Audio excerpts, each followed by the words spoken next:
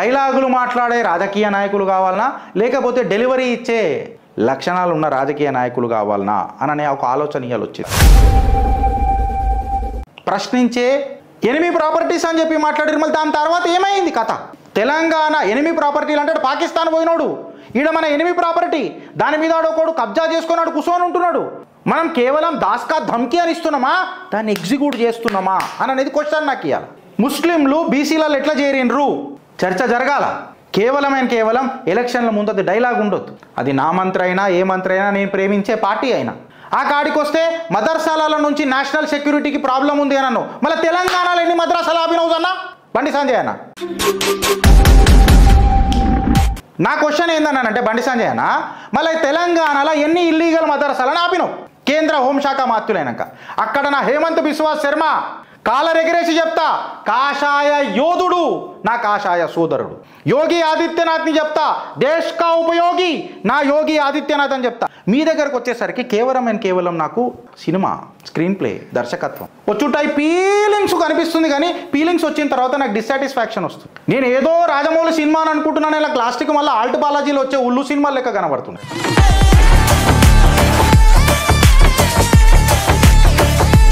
మీ నియోజకవర్గంలోనే వేములవాడలో ఒక దర్గా ఉన్నది. ఈ దర్గా కథ ఏంది? ఈ దర్గా కథ ఏడుకొచ్చింది, ఏడు దాకా అయింది. దీని కథ ఏంది? మొత్తం తీద్దాం కదా, చరిత్ర తీద్దాం కదా. ఆడ 7 సంవత్సరాల క్రితం ఒక పేపర్ తీసుకొని వచ్చి వక్ఫ్ అన్ని ముంగటేస్తున్నాడు. నా రాజరాజేశ్వరుడి దగ్గర ఒక కథ చెప్తారయ్యా. ఒక పీర్ వచ్చిండు, ఒక హజరత్ వచ్చిండు, హజరత్ వచ్చి శివుణ్ణి పూజ చేసిండు, లీనం అయిపోయిండు. అందుకే ఆయన మద్రాస్ ఏమంటారు, ఇక నాకు ఇంత సాహిత్యం రాదు వీళ్ళ గురించి మాట్లాడేటప్పుడు. అనుబంధం పెట్టుకోనికేనంటే ఆడ దర్గాలు కట్టిరాడా, హజరత్లు కట్టిరా. అసలు హజరత్ అంటే తెలుసా? వీళ్లకు ఆనాడు సుల్తాన్లు ఇచ్చిన గిఫ్ట్ హజరత్ అంటే. 1000 లోగంకు మారాతో హజరత్ బనా, 1000 మందిని చంపుతాడు హజరత్ అయ్యాడు. హజరత్ దర్గాలు ఎడికైనా వచ్చినాయి. చరిత్ర పోదాం, ఐ వాంట్ టు డిబేట్, చర్చ చేద్దాం. నేను బేషరతన క్షమాపణ చెప్తా, నేను తప్పైతే.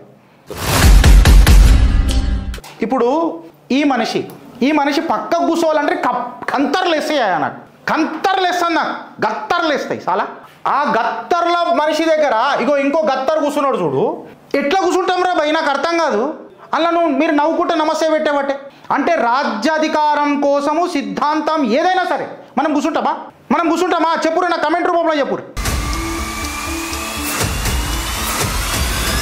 వెనకటికి డాక్టర్ జీ చిత్రపటం మీద కాల్తో తన్నుకుంటూ పోయి ఉచ్చవోష్ణం పక్కకు కూర్చోబెట్టుకొని దరువు కొట్టిపించుకొని డబ్బు కొట్టిపించుకొని భారతీయ జనతా పార్టీ కాషాయ కండువేస్తి. నిన్నటిదాకా మొన్న స్మార్ట్ సిటీలల్లా ఇక పిహెచ్డీలు చేసిన బూతులు తిట్టి సునీల్ రౌండ్ శంఖ కింద పెట్టుకొని ఆనాడు వాసన అంటివి, ఈనాడు సువాసన అంటివి. ఇప్పుడు గంగూల కమలాకర్ ఏమన్నా ఎంట్రీ అవుతున్నాడు అనిపిస్తుంది భారతీయ జనతా పార్టీలో. అపీజ్మెంట్ పాలిటిక్స్ చేసే కాంగ్రెస్ వాళ్ళు మొలతాడు కట్టుకుంటారా లేదా పక్కకు పెడదాం. ఈ గులాబీ పార్టీలకు మొలతాడు దొరుకుతారా లేదా కానీ పక్కకు పెడదాం. మరి బంగారు మొలతాడు కట్టుకున్న మా బండి సంజయ్ అన్న, ఎందుకు ఇచ్చి పెడుతున్నాడు వీళ్ళని? 750 కోట్లు ఏడు దాకా వచ్చే సెనరేజ్ ఫీజు కింద, పనామా లీక్స్ కింద ₹1 కోటి ఫైన్ పడ్డది కదా కరీంనగర్లా. 750 కోట్లు రేవంత్ రెడ్డి కొద్దా. సడన్గా కమిషనర్ ఎందుకు మార్చిండ్రు? శ్రీధర్ గారిని ఎందుకు తీసుకొచ్చిండ్రు? శ్రీధర్ గారు ఏం చేస్తున్నారు? కమిషనరు లారీలు నంబర్ ప్లేట్ లేకుండా ఎందుకు పోతున్నాయి? ఎన్విరాన్మెంటల్ క్లియరెన్సెస్ ఎన్ని మైన్స్కున్నాయి? ఎన్ని మైన్లలో తవ్వకాలు జరుగుతున్నాయి? ఈ లెటర్లు కేవలం కవరింగ్ లెటర్లకే పరిమితమైనయా? ఆధారాలు పెట్టి మాట్లాడుతున్నా.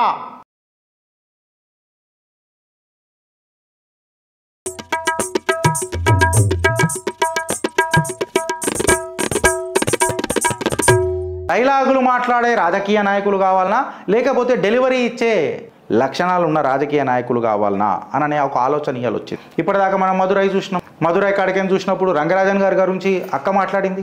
ఆడికేని ఇప్పుడు డైవర్ట్ తీసుకొని మనం టాపిక్ వస్తే పెద్ద నాయకులు చాలా పెద్ద మాటలు ఏం మాట్లాడతారనంటే, ఇప్పుడు కేంద్ర మంత్రివర్యులు హోంశాఖ మాత్యులు మినిస్టర్ ఆఫ్ స్టేట్ బండి సంజయ్ గారు కాంగ్రెస్ ప్రభుత్వాన్ని ఉతికారేసిండు. అసలు ముస్లింలను బీసీలలో ఎట్లా చేరుస్తారండి, బీసీలకు అన్యాయం జరుగుతుంది అని చెప్పి మాట్లాడతారు. వాస్తవమే, అబ్సల్యూట్గా వాస్తవమే. దాని తర్వాత ఒక విషయం ఏమొచ్చింది అని చెప్పి మనం మాట్లాడేటప్పుడు ఒక విషయం వచ్చింది. ఇది గుర్తుపెట్టుకోరు, 3 టాపిక్స్. ఇప్పుడు నేను విశ్లేషించి మాట్లాడతా. మనోడా బయటోడా అన్నది కాదు, సామాన్యుడి సమస్య పైన ఏంది పరిష్కారం అనేది ప్రశ్నించే గొంతులొద్దు. మనకు పరిష్కారం చూపించే మనసులు కావాలి ఇవాళ దేశానికి, రాష్ట్రం. నేను ప్రశ్నించే గొంతును వాడు పీగుడు పోయిండు, చింతపండు పోయిండు. ఏమే చీరి చింతపండు పెడుతున్నాడు వేరేళ్ళకు. తన సొంత లాభాల కోసం. సో ఇలా నేను ఏమంటున్నా అంటే ప్రశ్నించే గొంతులు కాదు, పరిష్కారం చూపే మనసులు దేశానికి రాష్ట్రానికి కావాలి. మీ కమెంట్ రూపంలో చెప్పు కరెక్టా రాంగా. గిరీష్ నువ్వు వ్యక్తిగతంగా పోతున్నావు, నేను సమస్య పట్ల పోతున్నా, వ్యక్తిగతంగా పోతలేను. ఆ సమస్యలో ఒక వ్యక్తి ఉన్నాడు, నేను ఖచ్చితంగా మాట్లాడతా. ఎనిమి ప్రాపర్టీస్ అని చెప్పి మాట్లాడారు, మళ్ళీ దాని తర్వాత ఏమైంది కథ?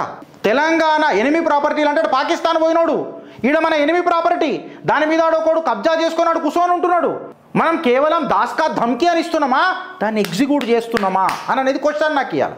ముస్లింలు బీసీలలో ఎట్లా చేరిండ్రు చర్చ జరగాల. కేవలం ఎలక్షన్ల ముందు అది డైలాగ్ ఉండొద్దు. అది నా మంత్రి అయినా ఏ మంత్రి అయినా, నేను ప్రేమించే పార్టీ అయినా. ఆ కాడికి వస్తే మదర్సాల నుంచి నేషనల్ సెక్యూరిటీకి ప్రాబ్లం ఉంది అని అన్నావు. మళ్ళీ తెలంగాణలో ఎన్ని మద్రసాలు ఆపినవు అన్న బండి సంజయ్ అన్న? Union minister claims madrasas are threat to the national security, foster terrorism. మీరు ఇంత మంచిగా మాట్లాడారు, అది నాకు తెలుసు, కానీ మీరు మాట్లాడినరు. అక్కడ AK-47 రైఫిల్ తెలుపు, బ్రూమ్ స్టిక్స్ ఎక్సెట్రా అనేది చెప్పిర్రు. మై క్వశ్చన్ ఈజ్, నా క్వశ్చన్ ఏందన్నానంటే బండి సంజయ్ అన్న, మళ్ళీ తెలంగాణలో ఎన్ని ఇల్లీగల్ మదర్సాలను ఆపినావు కేంద్ర హోంశాఖ మాత్యులైనాక? అక్కడ నా హేమంత్ బిశ్వా శర్మ కాలర్ ఎగరేసి చెప్తా, కాషాయ యోధుడు నా కాషాయ సోదరుడు. యోగి ఆదిత్యనాథ్ని చెప్తా, దేశ్ కా ఉపయోగి నా యోగి ఆదిత్యనాథ్ అని చెప్తా. మీ దగ్గరకు వచ్చేసరికి కేవలం నాకు సినిమా, స్క్రీన్ ప్లే, దర్శకత్వం వచ్చుంటాయి, ఫీలింగ్స్ కనిపిస్తుంది. కానీ ఫీలింగ్స్ వచ్చిన తర్వాత నాకు డిస్సాటిస్ఫాక్షన్ వస్తుంది. నేను ఏదో రాజమౌళి సినిమా అని అనుకుంటున్నాను, ఇలా లాస్ట్కి మళ్ళీ ఆల్ట్ బాలాజీలో వచ్చే ఉల్లు సినిమాలు లెక్క కనబడుతుంది. అట్లా కాదు కదా, ఇది సమస్య కాదా? మదర్సాలలో ప్రాబ్లం ఉందని మీరే చెప్తారు. ఎనిమి ప్రాపర్టీ మీద ఛాతి మీద కాలు పెట్టి తొక్కుతానంటే జనవరి లోపల రిపోర్ట్ రాకపోతే ఏమా? ఇప్పుడు సామాన్యుడు ఎట్లా అర్థం చేసుకుంటాడంటే, ఏమో ఎనిమి ప్రాపర్టీ అది సెంట్రల్ గవర్నమెంట్ చేతులు ఉంటుంది అది అని అనగానే అన్న ఒకడు వస్తాడు. అంటే ఇది కేవలం డైలాగులకే అవుతుందా? ఈ డైలాగులలో డెలివరీ లేడు దాకా అవుతుందా అని చెప్పి మాట్లాడితే, మీ నియోజకవర్గంలోనే వేములవాడలో ఒక దర్గా ఉన్నది. ఈ దర్గా కథ ఏంది? ఈ దర్గా కథ ఏడుకొచ్చింది, ఏడు దాకా అయింది. దీని కథ ఏంది? మొత్తం తీద్దాం కదా, చరిత్ర తీద్దాం కదా. ఆడ 7 సంవత్సరాల క్రితం ఒక పేపర్ తీసుకొని వచ్చి వక్ఫ్ అన్ని ముంగటేస్తున్నాడు. నా రాజరాజేశ్వరుడి దగ్గర ఒక కథ చెప్తారయ్యా. ఒక పీర్ వచ్చిండు, ఒక హజరత్ వచ్చిండు, హజరత్ వచ్చి శివుణ్ణి పూజ చేసిండు, లీనం అయిపోయిండు. అందుకే ఆయన మధురాస్, ఏమంటారు, ఇక నాకు ఇంత సాహిత్యం రాదు వీళ్ళ గురించి మాట్లాడేటప్పుడు. మధురానుభూతులు మనకు ఏమంటారు, అనుబంధం పెట్టుకోనికేనంటే ఆడ దర్గాలు కట్టిరాడా, హజరత్లు కట్టిరా. అసలు హజరత్ అంటే తెలుసా? వీళ్లకు ఆనాడు సుల్తాన్లు ఇచ్చిన గిఫ్ట్ హజరత్ అంటే. 1000 లోగంకు మారాతో హజరత్ బనా, 1000 మందిని చంపుతాడు హజరత్ అయ్యాడు. హజరత్ దర్గాలు ఎడికైనా వచ్చినాయి. చరిత్ర పోదాం, ఐ వాంట్ టు డిబేట్, చర్చ చేద్దాం. నేను బేషరతన క్షమాపణ చెప్తా, నేను తప్ప. బట్ ఏంది అని అనేది మాట్లాడతాం. నా గుడి ఒక దర్గా పక్కన ఉంటే మాత్రం నువ్వు తాండవం ఆడతావు. నా గుడి దగ్గర దర్గా వచ్చింది కదా, మళ్ళీ నేనేం మాట్లాడాను? నేనేమంటున్నా, లా పరంగానే మాట్లాడదాం. I don't want to deviate the law and order. Law పరంగానే చర్చిద్దామని అంటున్నా. ఎందుకు అంటున్నానంటే చింతకుంట దగ్గర కరీంనగర్లో ఈద్గా మనకు తెలుసు కదా, దానికి వెనకటికి ఒక ల్యాండ్ కూడా అలాట్ అయిన ఉండే. ఇడికేం తీసి ఆడికి పెడదామనని. ఈయన రాజకీయ భవిష్యత్ ఆడికేనే మొదలైంది. మళ్ళీ దాని పెండింగే ఉన్నది ఇప్పటిదాకా, అది సాల్వ్ కాలే. నేనేమంటా అంటే లూప్ ఓపెన్ అయితే లూప్ క్లోజ్ కావాలి. ఆ లూప్ క్లోజ్ కాకముందే మనం కొత్త రకం రాజకీయాలు చేస్తానంటే కుదరదు. ముఖ్యమైన అంశాల మీద ముఖ్యమైన పద్ధతిలా పెదవి విప్పాల్సిందే, పదవులను పక్కకు పెట్టి మాట్లాడాల్సిందే. పెదవిప్పి పదవులు పక్కకు పెట్టి పెదవిప్పి మాట్లాడాలి. గిరీష్ ఏం చెప్పబోతున్నావు అని చెప్పబోతే నాకు ఈ స్క్రీన్ షాట్ దొరికింది. ఇవి మాట్లాడడానికి వచ్చినప్పుడు పదవి గుర్తొచ్చే పెదవి బందా, మళ్ళీ ఇవి గుర్తొచ్చినప్పుడు పదవి గుర్తురాలే, పెదవి మూసుకోపోలే. యావత్ తెలంగాణలో ఒక మీటింగ్ జరిగింది, మునూరు కాపుల సంఘం మీటింగ్ జరిగింది, మంచిదే జరిగింది. అందులో వాళ్ళు తీర్మానం చేసుకున్నారు ఏందనంటే మునూరు కాపు సంఘంలలో ఎక్సెట్రా గట్టిగానే పోతున్నారు. మునూరు కాపుల అభివృద్ధి దిశగా మనం మాట్లాడాలా, మునూరు కాపులు రాజ్యాంగబద్ధంగా గట్టికి కావాలా, అభివృద్ధిలో ముందు పదంలో ఉండాలా. ఇలా మునూరు కాపుల ఐక్యత వల్ల భారతీయ జనతా పార్టీకి 8 సీట్లు వచ్చినాయి, 8 ఎంపీ సీట్లు. అందులో డౌట్ లేదు. అయితే నా కంటెన్షన్, నా ఇంటెన్షన్ మీరు కమెంట్ రూపంలో నాకు చెప్పండి ఫ్రెండ్స్. నాకు నా దేశ ప్రధాని అన్న మాటలు గుర్తొస్తాయి. ఆ సిద్ధాంతం బలికిన నా సిద్ధాంతం నాకు గుర్తొస్తుంది. నా యోగి ఆదిత్యనాథ్ గారు మాట్లాడిన మాటలు నన్ను భావోద్వేగానికి గురి చేస్తాయి. నా జాతి భారతీయత కదా. ఇలా రాహుల్ గాంధీ చెప్పినట్టు మనం జాతివాదిగా విడిపోదామా? కులగన ఎస్, కులగన తప్పు కాదని అంటలేను. జనగణనే మనకి ఇంపార్టెంట్. కులగన వద్దు, జనగణనే ముద్దు, నేను కాదని అంటలేను. అబ్సల్యూట్లీ వీఆర్ కరెక్ట్, నేను కాదని అంటలే. కాకపోతే నేను అడిగేది ఏందనంటే ఫ్రెండ్స్, ఇప్పుడు నా కమెంట్ రూపంలో చెప్పుర్రి, నేనేమంటున్నానంటే ఇప్పుడు ఈ ఈ మనిషి పక్కకు కూర్చోవాలంటే కంతర్లు వేస్తాయి నాకు, కంతర్లు వేస్తాను నాకు, గత్తర్లు వేస్తాయి చాలా. ఆ గత్తర్ల మనిషి దగ్గర ఇగో ఇంకో గత్తర్ కూర్చున్నాడు చూడు, ఎట్లా కూర్చుంటాం రా భయ్, నాకు అర్థం కాదు. అలా మీరు నవ్వుకుంటే నమస్తే పెట్టేవట్టే. అంటే రాజ్యాధికారం కోసము సిద్ధాంతం ఏదైనా సరే మనం కూర్చుంటామా చెప్పురు, నా కమెంట్ రూపంలో చెప్పురు. వెనకటికి డాక్టర్ జీ చిత్రపటం మీద కాల్తో తన్నుకుంటూ పోయి ఉచ్చవోష్ణం పక్కకు కూర్చోబెట్టుకొని దరువు కొట్టిపించుకొని డబ్బు కొట్టిపించుకొని భారతీయ జనతా పార్టీ కాషాయ కండువేస్తుంది. నిన్నటిదాకా మొన్న స్మార్ట్ సిటీలల్లా ఇక పిహెచ్డీలు చేసిన బూతులు తిట్టి సునీల్ రౌండ్ సంఖ కింద పెట్టుకొని ఆనాడు వాసన అంటివి, ఈనాడు సువాసన అంటివి. ఇప్పుడు గంగూల కమలాకర్ ఏమన్నా ఎంట్రీ అవుతున్నాడు అని అనిపిస్తుంది భారతీయ జనతా పార్టీలో. ఈ మాట నేను ఎందుకు అడుగుతున్నా ఫ్రెండ్స్ అంటే, నాకు ఈ మీటింగ్లో ఏం జరిగిందో నాకు అనవసరం. ప్రతి కులానికి ఒక సంఘం ఉంటుంది, ఆ సంఘం ఖచ్చితంగా మాట్లాడుతుంది, ఆ కులం అభివృద్ధి చెందాలని మాట్లాడుతుంది, నా కులం కూడా మాట్లాడుతుంది. నాకు అందులో అబ్సల్యూట్గా ఏం ఇష్యూ లేదు. నా ఇష్యూ వల్ల ఏందనంటే ఎవరు పక్కకు కూర్చుంటున్నాం, ఏం రాజకీయాలు చేస్తున్నాం అనేది ఇంపార్టెంట్. నేను ఇది ఖచ్చితంగా మాట్లాడతా, నా సొంత తండ్రి ఉన్నా నేను మాట్లాడతా. ఇప్పుడు సీన్ ఏంటంటే ఫ్రెండ్స్, ఆడ ఇదే పెద్ద మనిషి ఓడు అన్నాడుతో ఆధారాలు చూపెట్టరా గిరీష్ గారు అన్నాడు. ఇప్పుడు ఆధారాలు చూపుతా ఓడు పెట్టిండు నాకు కామెంట్ మొన్న, ఎవడు చెప్తా అమ్ముడు పోయినవు రానంటే నీ అయ్యా ఆడు బతుకుంటూ చచ్చిండు, మళ్ళీ చూసుకొని కామెంట్ పెట్టరు. నాకు ముందే చెప్తున్నా నేను. ఇప్పుడు నేను ఆధారాలు పెడుతున్నా. ఈ మనిషి మీద గంభీరమైన ఆరోపణలు చేసింది మా అన్ననే. మా అన్న పక్కన కూర్చొని ఉన్నాడు, చిరునవ్వులు నవ్వుకుంటూ కూర్చొని ఉన్నాడు. అభివృద్ధి అని మాట్లాడుతున్నారు. ఏం అభివృద్ధి? దేశాభివృద్ధి కాదు. మళ్ళీ వీళ్ళతో ఎట్లా కూర్చున్నాం అనేది నా ప్రాబ్లం. ఇప్పుడు చూడుర్రి ఫ్రెండ్స్, ఇప్పుడు చెప్పుర్రి. ఇగో ఇదే లెటర్ జూలై 31, 2019కి member of parliament Bandi Sanjay garu రాసిండ్రు. ఏమని రాసిండ్రు? రెస్పెక్టెడ్ శ్రీ అమిత్ షా జీ గారికి రాసిరు, కేంద్ర హోంశాఖ మాత్యులకు. To bring it your kind notice a serious financial fraud committed in the mining sector with active connivance from the ruling political party in Telangana, non-collection of seigniorage fee for the below stating subject mining agencies which are covered under Telangana. అంటే కరెక్ట్గా చెప్తే memo number 6665 of 2016 dated to 15/7/2016 పెట్టుకొని మెమోను ఉద్దేశించి ఆనాడు కేసీఆర్ సర్కార్ release చేసిన memo 6665 of 2016 ఆ మెమోను ఉద్దేశించి మైనింగ్లలో అవకతవకలు జరుగుతున్నాయి, దోసుకదొబ్బుతున్నారు, రూలింగ్ పార్టీ అఫీషియల్స్తో కొల్యూడ్ అయ్యి అని చెప్పి రాసిండ్రు. అందులో రాసి పేజ్ నంబర్ 2 పారా నంబర్ 4 ఆధారాలతోనే మీ చిత్రగుప్త చెప్పినా కదా, నా సొంత తండ్రి అయినా నేను ఇట్లనే మాట్లాడతా. నేను జై తెలంగాణ అన్నప్పుడు తేల్లగాకే జానా అని చెప్పనులే.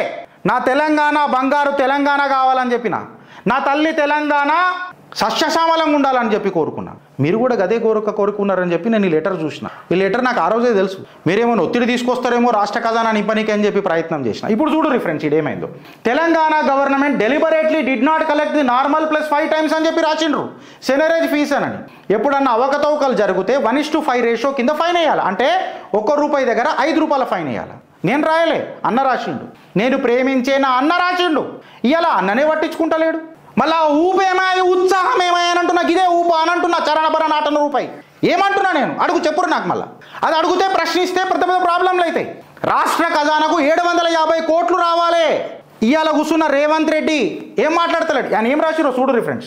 Statute of law contemplated under rule 26(2) of TS mines and mineral contains rules of 1996 is not followed by the government of Telangana and as well as the agencies covered in the above subject matter అని చెప్పి supreme court citation L Venkateswara Rao versus Singareni collieries company limited which is relied and reported in the year 1993 అని చెప్పి seigniorage fee cannot be said to be reasonable as it is much less than the value of the page number 2 para number 4 ఏమాయ అని అడుగుతున్నా. ఏమాయని అడుగుతున్నా మళ్ళీ సంతకం కూడా పెడతారు. ఇగో ఈ రూల్ మళ్ళీ మొత్తం ఎక్సర్సైజ్ చేస్తారు. The government and the granite owners are to cover the illegal mining activity to avoid penalty and taxes అని చెప్పిర్రు.